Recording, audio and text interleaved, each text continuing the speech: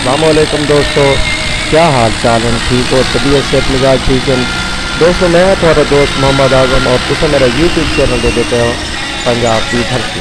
दोस्तों जिन्हें कि आपको पता है क्या कि मैं कोशिश करें कि अपने यूट्यूब चैनल पंजाब की धरती पे अच्छी तो अच्छी वीडियो देने के आना, और मेरी कोशिश होती है कि हर आने वाली वीडियो मुनफरद होवे और अच्छी तो अच्छी होवे ताकि मेरे व्यूअरों को देख के खुश भी हो।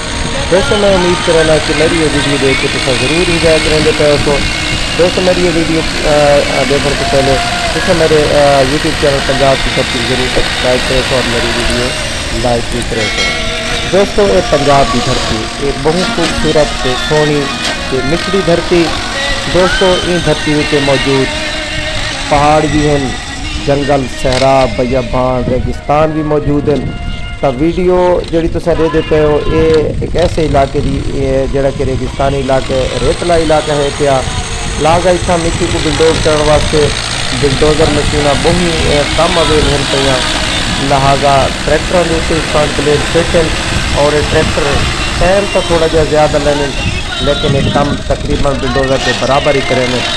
तो इतों के लोगों वास्ते सहूलत है कि कोई ट्रैक्टर तो हर बस्ती हर गाँव के मौजूद है पिया, लिहाजा ये मट्टी बलडोज करने वास्ते ट्रैक्टर इस्तेमाल कर रहे हैं।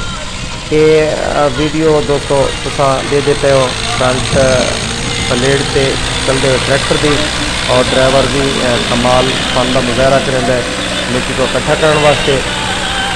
दोस्तों तुम इस तरह दियाँ बहुत ज़्यादा वीडियो सारे चैनल पंजाब की धरती से मिल सन, लिहाजा तुम साड़ी वीडियो नाल अटैच रह सो, सारे चैनल नाल भी अटैच रह सो।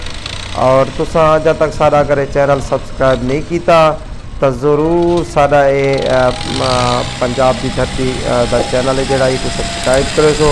ये मैं थोड़ा बार बार रिक्वेस्ट करना पाया एज ए बरादराना।